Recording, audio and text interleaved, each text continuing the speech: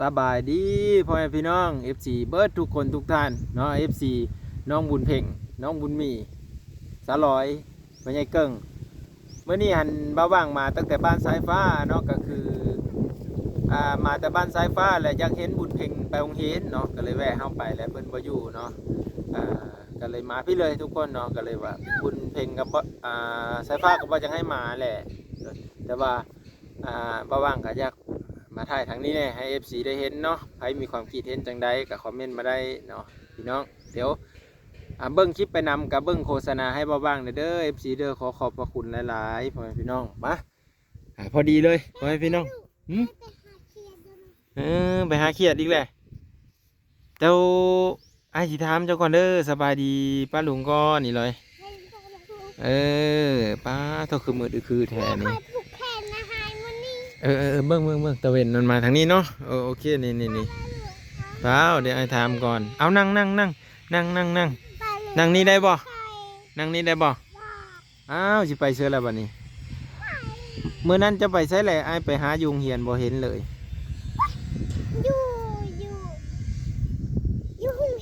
ยุงเหียนแม่ครูบุญเพ่งเมื่อแล้วสันมือนั้นน่ะไอ้ไปหาน่ะบ่เห็นโอ้อยู่ไหนแม่ครูบ่เห็นเนาะ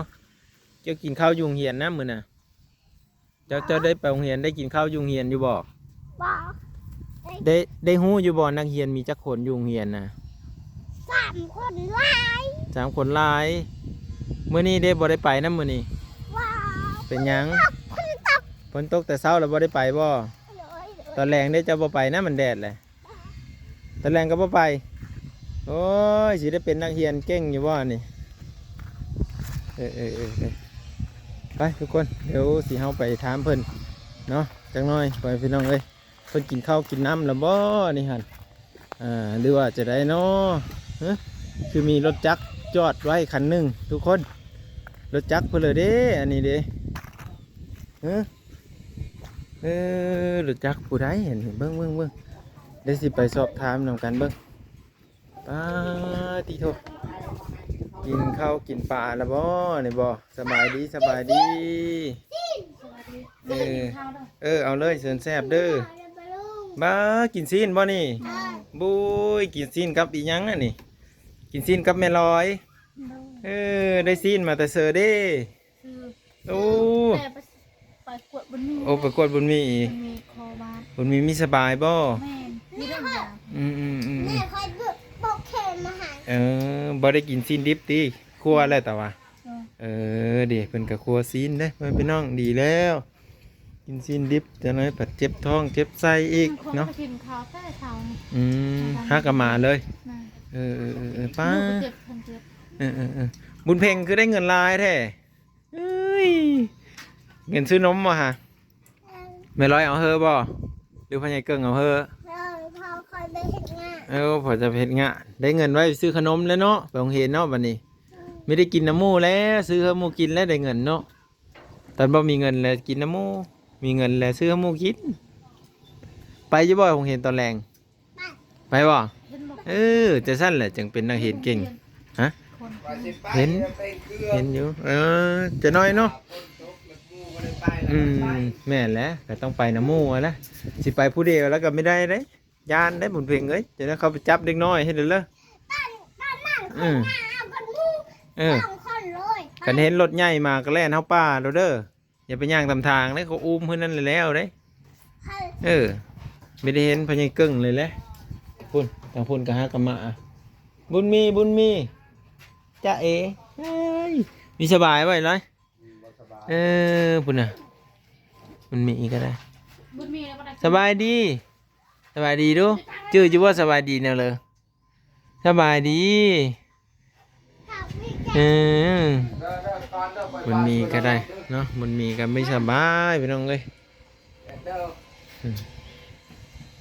เป็นกินข้าวกินปลาไปน้องมาบ้างจ้ะมาเยี่ยมยามทำข้าวเพิ่นเด้อไปน้องเลย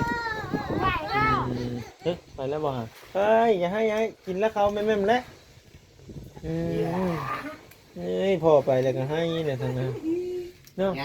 ยืนน้ำเอ้ยเลย เออ บ่ได้บ่ให้กินนม อยู่ในไอ้บุญมีนี่ไอ้บุญเพ่งนี่ อยู่มัน อึบ ก็ว่า อึบอับอึบอับมากินข้าวย่างเลยย่างเลยกินข้าวเลยเนาะดีไว้เด้อมีสบายบุญมีสบายเนาะกินให้มันอิ่มนะแม่ร้อยบุญเพ่งกินอยู่ถ้วยข้างแน่แหละเพื่อสิไปกินอยู่หมอขาวหลามเด้กินนั่งกินดีๆนั่งกินงามๆเป็นผู้หญิงเด้กินข้าวหลายๆจึงใหญ่ไวเนาะจึงใหญ่ไวเข้าเรียนมันเขาเด้อตอนแรก เนี่ยพ่อใหญ่เกิ่งไปส่งบ่พ่อไปส่งนะย่างไปนะไปกับหมู่โอ้ดีแล้วไปกับหมู่เยอะย่างไปบ่เบิ่งได้รถหลังยานรถได้อย่าไปอยู่ใกล้รถเนี่ยเอากระแจรถให้พ่อเจ้าแหละพ่อจะถามหากระแจรถไปเอาให้พ่อด้วยเฮ็ดเมียนจะกินข้าวไม่ใช่ไงมัมเนาะเจ็บคอมีสบายก็ต้องได้ย่ำเมื่อเพิ่นแม่นบ่ต้มได้ยังบ่ต้มข้าวจะมีต้มข้าวเพิ่นกินจะได้เพราะว่าติดเซอร์อีกแล้วมัม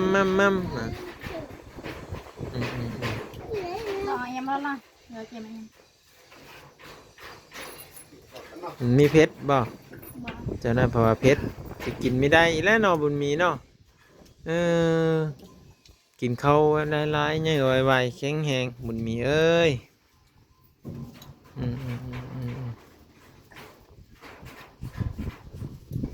กินข้าวกินน้ำไปน้องเป็นกระซื้อซีนตลาดมากินเพิ่นว่าแซ่บบ่กินข้าวหั่นโอ้ยมีเอิญFC ในตี้ปลาลุงเพิ่นจะว่าเพิ่นเยอะนำน่ะบ่ไอ้ลืมซะนะ กินหลายๆบุญเพ่งกะจะเงื่อไว้ไปโรงเรียนเป็นพนักงานโลดเห็นได้ความรู้หลายๆย่านแน่นแล้วไปตามป่าตามดงเขาจับเสียแนวใด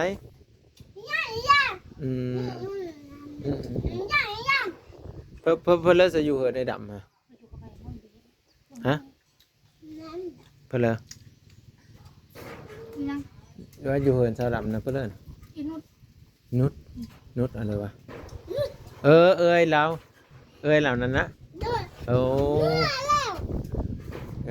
คิดว่าผู้สาวมาแต่เสื้อเห็ดปล่อยลอยพุ่นสะดอกโอ้ย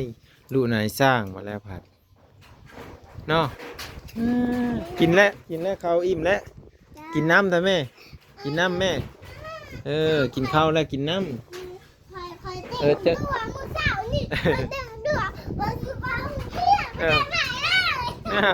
ไปเฮ็ดได้เลยน่ะฝนตกโอ้ยใช่ไหมจ้าเนาะตั้งใจแท้ยังไปบ่ถึงเนาะบุญเพ็งเขาปั่นเอ้ามาเป็นยังตอนแรงเจ้าก็ไปไหมให้น้ำไปกินเด้อยันอยากกินน้ำเด้เนาะเต็มกระตุกบ่หายไปกินนะปั่นหมูกินอยู่บ่ปั่นหมูกินน้ำเด้อปัจเจ้าบ่ถือไปหมูยังให้กินน้ำเด้เห็นอยู่ได้เพิ่นการอันนี้บ่ปุ่มจ้ะให้เขียนใส่โอ้ยเอาไว้ดีๆนี่แหละเขียนแต่โตงามๆเลยใส่เขียนงามๆเด้อเขียนเป็น FC เพิ่นเห็นเพิ่นยังดีใจเด้บุญเพ็งอยากไปโรงเรียนแต่ว่าฝนตกเช้านี้เพิ่นสอนให้เขียนก็เขียนนำเพิ่นเด้อตั้งใจเขียนเขาให้เขียนแบบนี้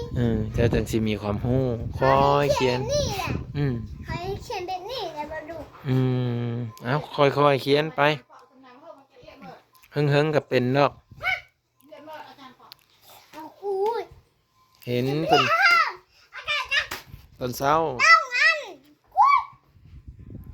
จะน้อยนี่เพิ่นกะเฮาและตอนแรงกะไอเห็นอยู่ตอนไอไปโรงเรียนก็เห็นเพิ่นอยู่หั่น ในครูนะเอ้าขอบใจป้าลุงแน่เลยขอบใจป้าลุงที่รับสมเบิ่งในเด้อมื้อนี้อ้ายมาอัปเดตเจ้า